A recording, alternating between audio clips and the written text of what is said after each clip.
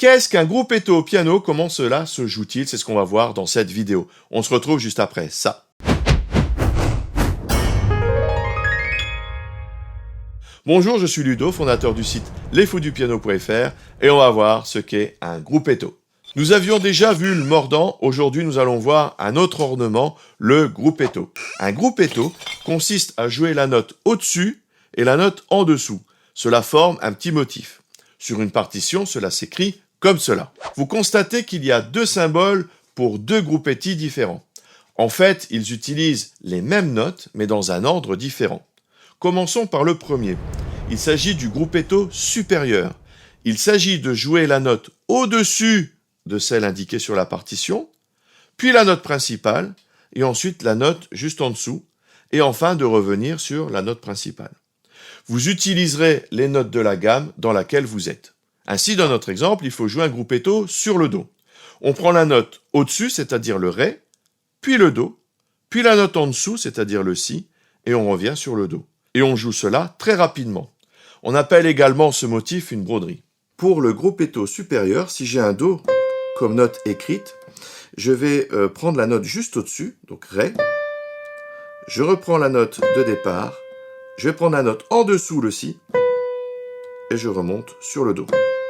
Donc je vais jouer Ré, Do, Si, Do. Et ceci d'une façon très rapide.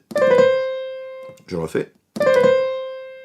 Voyons maintenant l'autre symbole. Vous voyez qu'il est dans l'autre sens. Pour l'exécuter, on joue les mêmes notes que précédemment, mais en commençant par la note en dessous.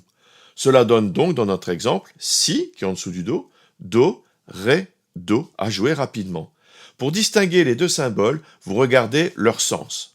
Dans le premier, la vague va d'abord vers le haut. La première note sera donc celle du haut. Évidemment, ce sera l'inverse pour la vague qui commence vers le bas. Pour le gruppetto inférieur, donc j'ai ma note écrite qui est Do, je vais commencer par la note en dessous, le Si. Ok?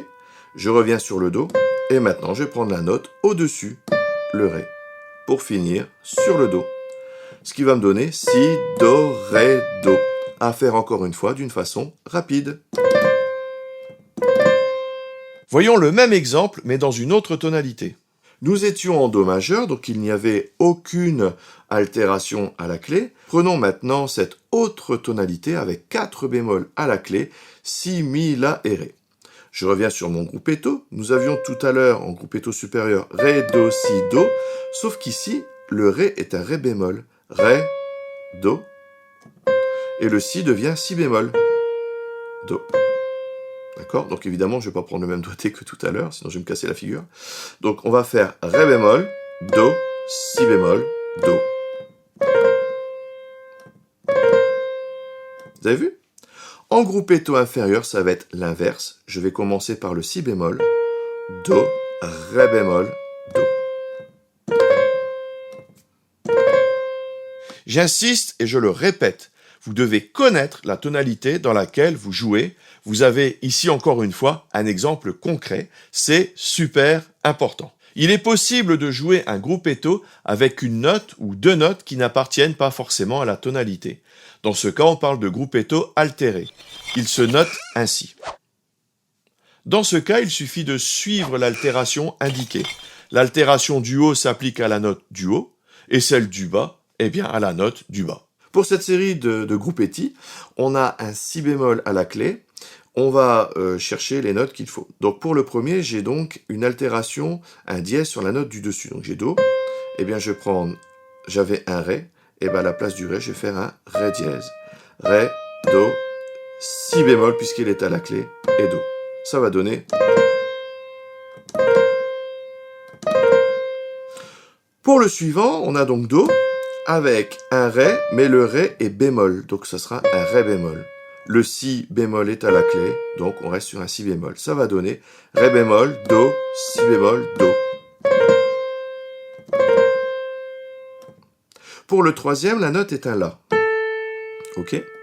Donc, pour la note supérieure, on a un Si bémol, mais comme il y a un bécard indiqué, ce sera un Si bécard. D'accord? Et en dessous du La, normalement, ça serait un Sol, mais comme il y a un dièse, on va faire un Sol dièse. Ok? Ça va donc donner Si, La, sol dièse, la. Bien. Pour les trois suivants, ce sont des groupetti qui sont inversés, d'accord? On va donc démarrer par la note en dessous. On est sur un mi. La note en dessous est le ré, d'accord? Mi et le fa d'après sera diésé puisqu'on a un petit dièse au-dessus, d'accord? Donc ça va donner ré, mi, fa dièse, mi. Pour le suivant, toujours sur un mi, on avait donc ré en dessous, mais comme il y a un bémol, on va faire un ré bémol. Mi, fa, il est plus dièse, hein, puisque il est ni à la clé ni altéré, donc ça va donner ré bémol, mi, fa bécard, mi. Et enfin, pour le dernier, on est sur un do, où on a un dièse au-dessus et un bécard en dessous. Eh bien, on va commencer par en dessous. Le si bémol à la clé va devenir si bécard, et le ré naturel va devenir ré dièse. Si, do, ré dièse, do.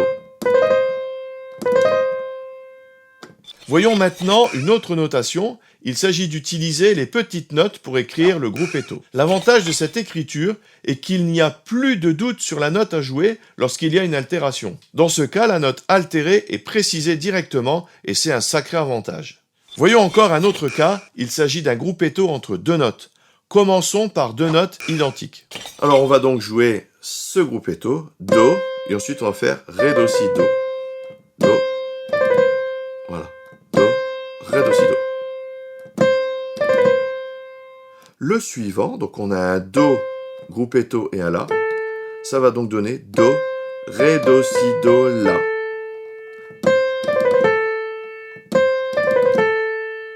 La notation du gruppetto a évolué dans le temps. On trouve également dans des livres ou d'autres ressources des exécutions différentes de celles que je vous ai présentées ici.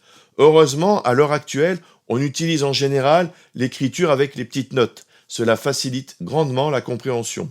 Du coup, il y a beaucoup moins de chances de se tromper. Merci d'avoir suivi cette vidéo. Si vous voulez apprendre à jouer du piano grâce aux accords, il y a toujours ma formation gratuite, toute la théorie et surtout la pratique, comment enrichir votre jeu en jouant un même morceau de 10 façons différentes sur votre niveau.